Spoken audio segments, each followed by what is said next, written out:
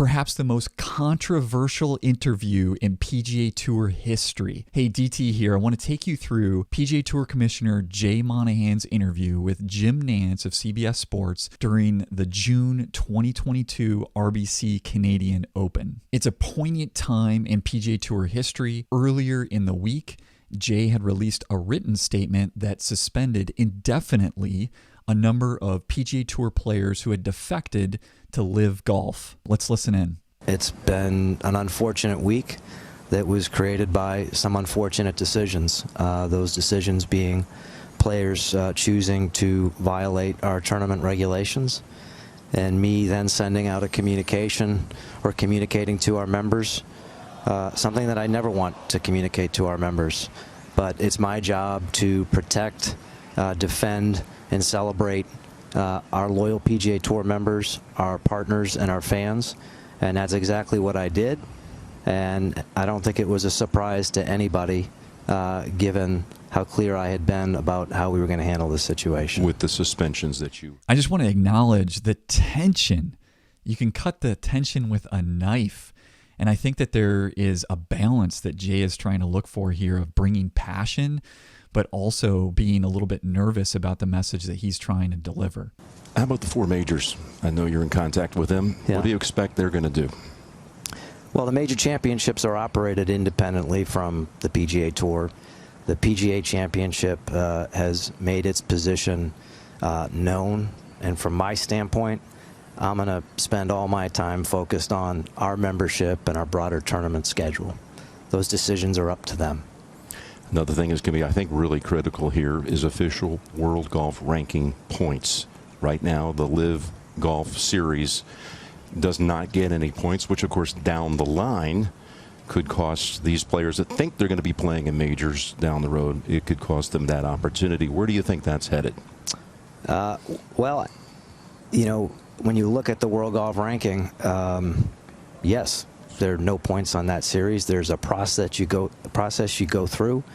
There's specific criteria, and that's adjudicated by the official World Golf Ranking Board. But those ranking points are, you know, a critical element to why the best players in the world are out here playing in this pure and true competition against the depth of field that we have. Just where does the PGA? So you have to ask yourself whether or not these players considered the longer-term ramifications of moving over and defecting to LIV Golf, be it from the official World Golf Ranking points perspective, be it from a major championship perspective. And I thought that Tiger Woods, who recently commented on the matter at the most recent Open Championship, was very poignant in his comments on this matter as well, and kind of pointed out the fact that, well, maybe some of these players didn't actually consider everything that they needed to consider before defecting and making the decision that they did. Let's listen into what Tiger had to say.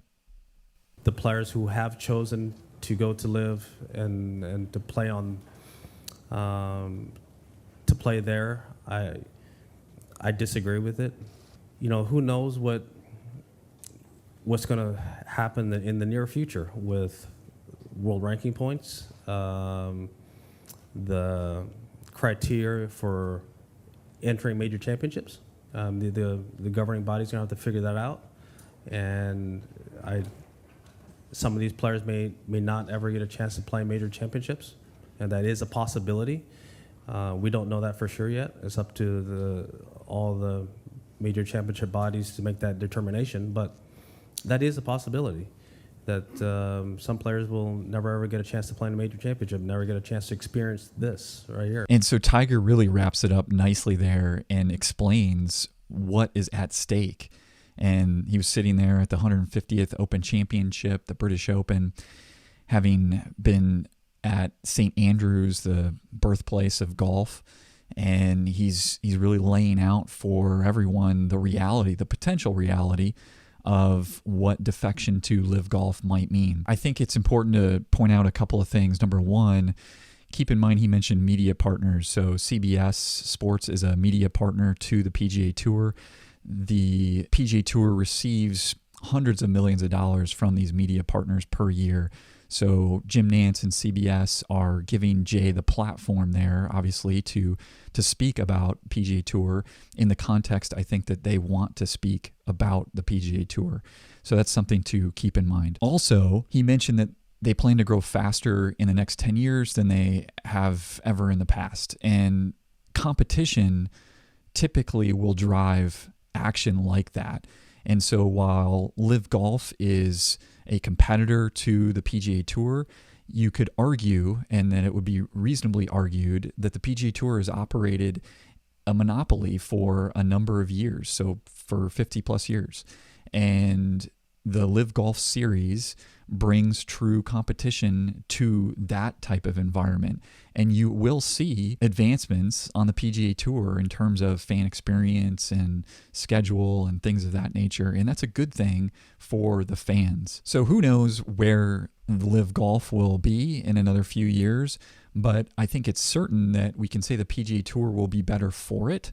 So that's a great thing for fans. The most controversial interview in PGA Tour history. So drop a comment below as to what was the most important thing that you heard or the most important takeaway that you had. Would love to hear from you. Thanks for the constructive dialogue in the comments section below. Appreciate you stopping by.